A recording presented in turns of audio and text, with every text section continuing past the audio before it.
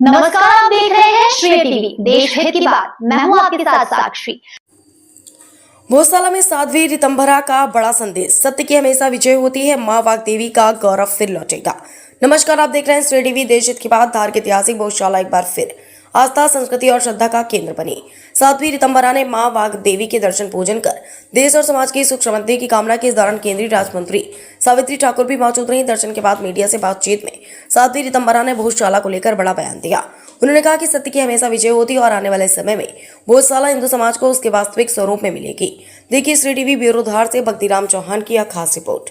वैदिक मंत्रोच्चार और धार्मिक अनुष्ठानों के बीच साध्वी ऋतंभरा ने मां वाग्देवी का विधिवत पूजन अर्चन किया। उनके आगमन पर बड़ी संख्या में श्रद्धालु, भोज उत्सव समिति के पदाधिकारी और समर्थक भोजशाला पहुंचे। पूरा परिसर जय श्री राम और मां वाग्देवी के जयघोष से गूंज उठा। सुरक्षा व्यवस्था के बीच पूजा संपन्न हुई और देश की खुशहाली व समृद्धि की प्रार्थना की गई।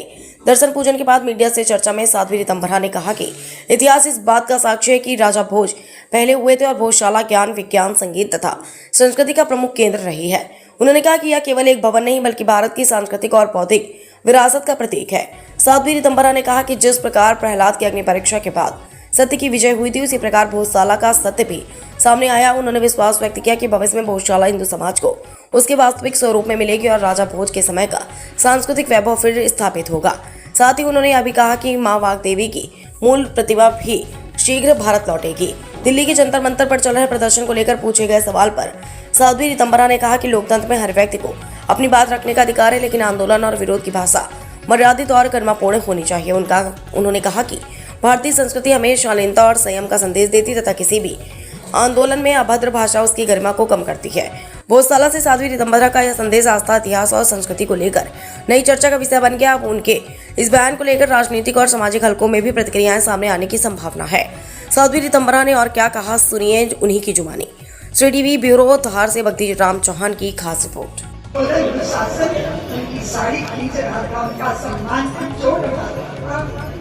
अभी तो घर दुर्योधन और प्रशासन है।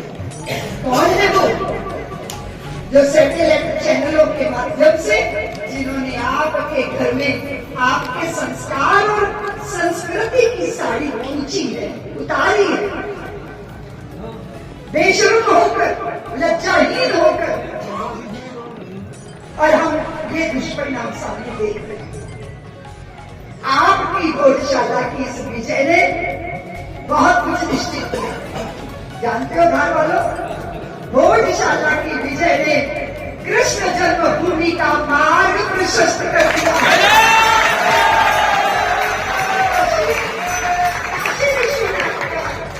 वो जो स्थान है बाबा का, उसका मार्ग प्रशस्त किया।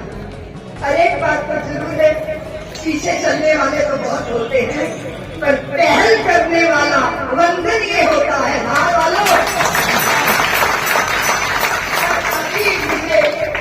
आदरणीय सांवला जी का फोन आया, क्योंकि मैंने आपने कहा मां लंदन से क्यों आना चाहती है, क्योंकि आपकी सत्ता ने उनकी भाषा का संस्कार, अभी आपने दिल्ली के प्रोटेस्ट में जंतर मंतर पर अपनी युवा लड़के लड़कियों की गंदी भाषा, अपशब्द, बेशर्मी का निंदा नाच देखा है। जो देव सत्ता है भारत में वो व्याकुल है, सारे देवताओं व्याकुल। भारतीयों की संतानें जो तुलसी के पौधे हैं, उनको वासनाओं की शराबों से नहीं, संस्कारों के गंगा जल से सींचा जाना चाहिए, लेकिन ये नहीं बोला। तो भगवती सरस्वती ने कहा कि भोजशाला हिंदू समाज को मिल गई है, मैं वहां आके विराजमान होंगी और पूरे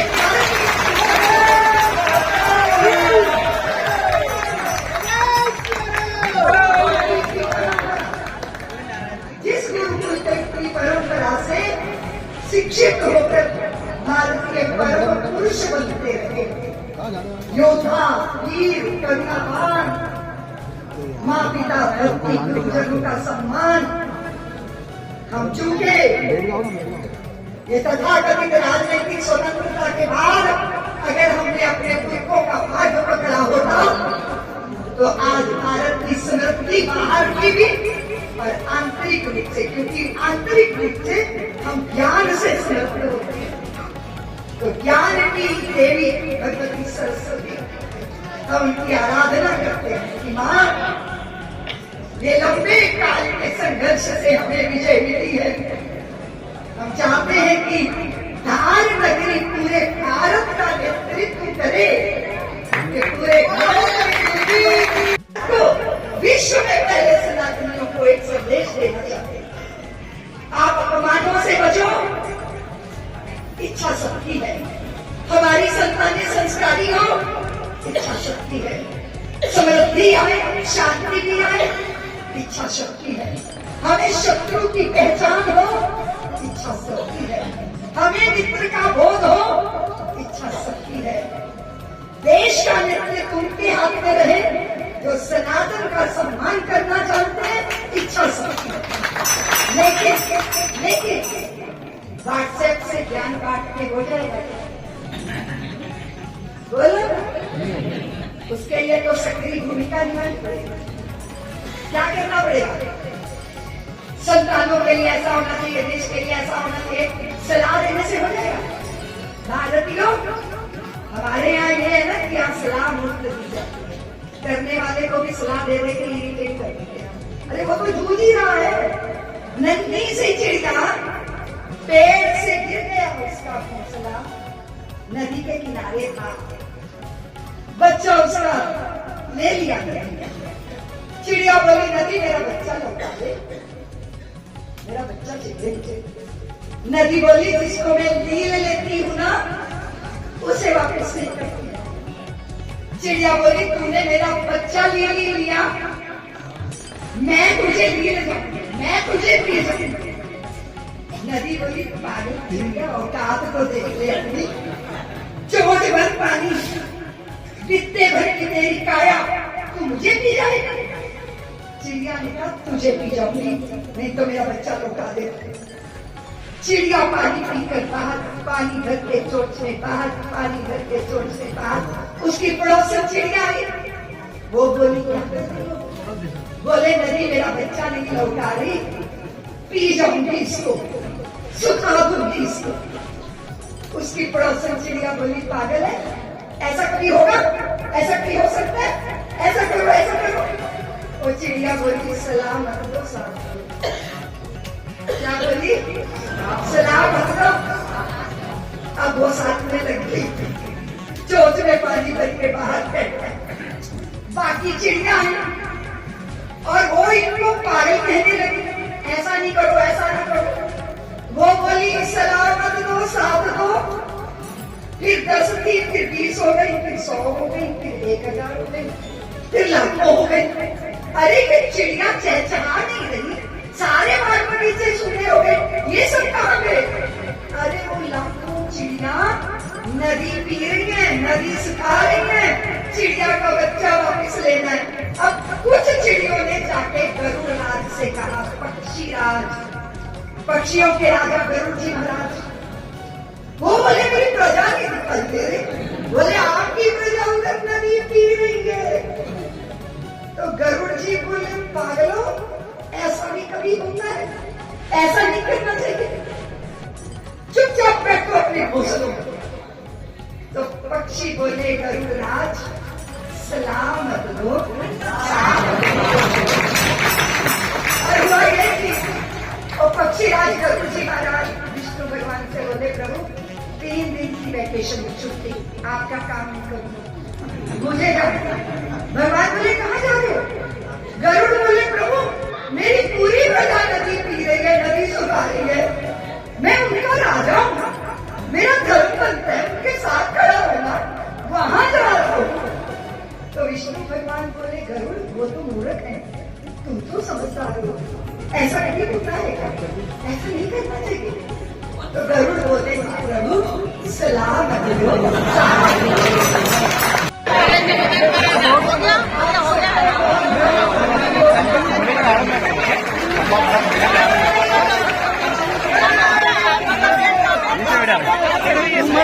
मेरे को दबा रहा है यार, तेरे चक्कर में मेरा वीडियो खराब हो रहा है।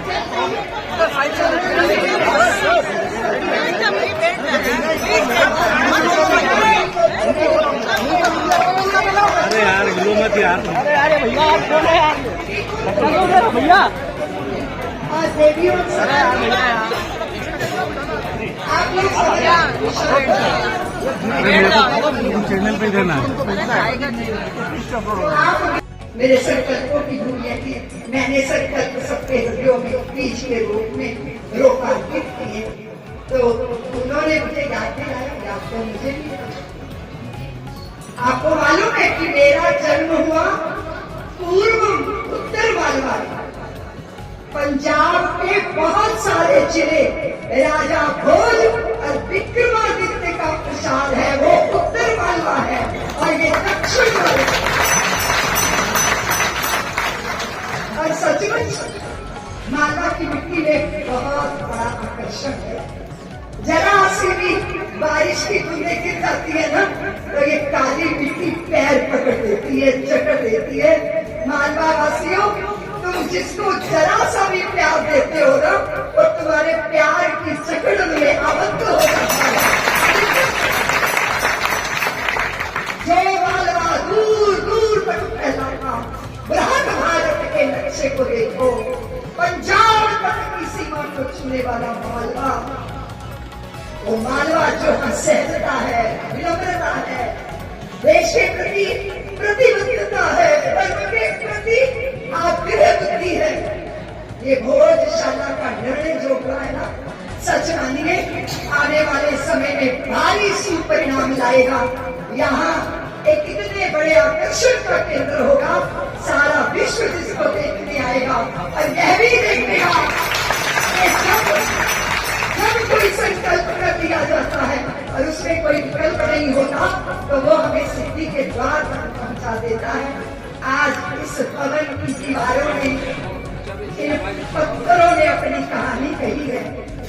और सबसे बड़ी बात है कि हम सब हिंदुओं ने अपमान झेले, लेकिन उसके बाद भी अपने आग्रह का त्याग नहीं किया। नदी बार बार बहती है, बहती है, बहती है। लोग पूछते दूर क्यों बहती है? बोले मैं सागर को मिलना चाहती हूँ। सागर को मिलना चाहती हूँ, मुझे सागर को मीठा करना है। अरे वो तो खाना है, तो मीठा कैसे होगा? तुम पागल जा जाके जो है वो सागर को मिलती रहती हो, सागर को मीठा करना है, ये कैसा संकल्प है? तो नदी ने कहा सागर मीठा भले ही ना हो, पर सागर को मीठा करने के चक्कर में मैं मिठास से भरी रहती हूँ। निरंतरता, प्रवाह। और दूसरा एक संदेश मैं भोजशाला से देना चाहती हूँ। मेरा सौभाग्य है कि जब एक दूसरे को सलाह नहीं, साथ दिया जाता है।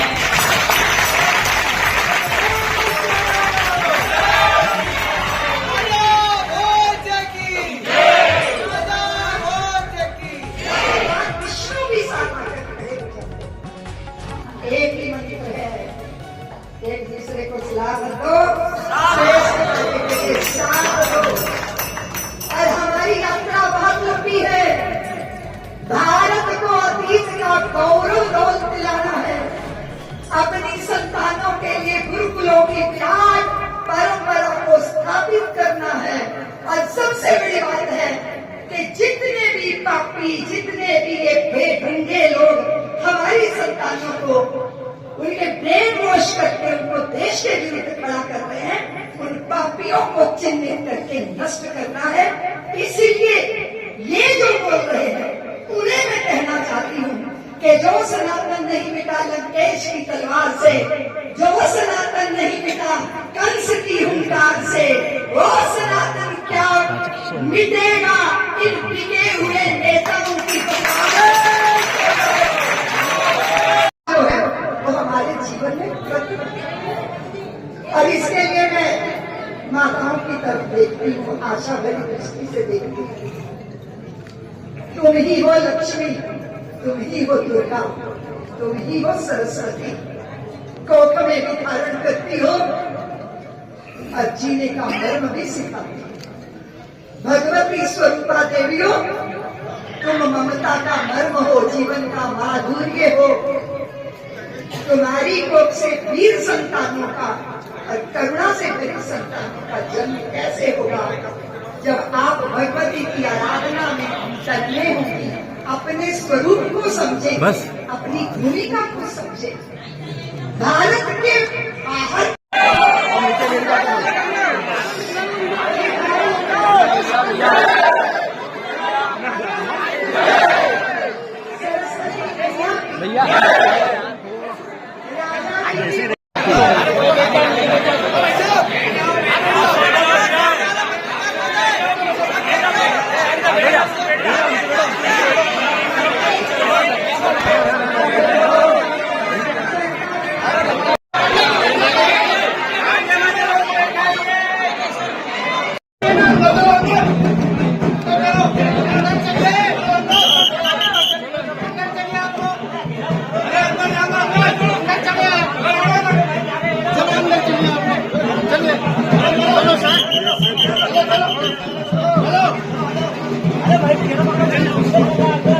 छोड़ना ये हम सबका कर्तव्य है। वर्षों बाद धारायु रोमांचित हो रही हूँ, आह्लादित हो रही हूँ और ये बात का निश्चित है जन्म लिया है उत्तर मालवा में और कार्य किया है दक्षिण मालवा।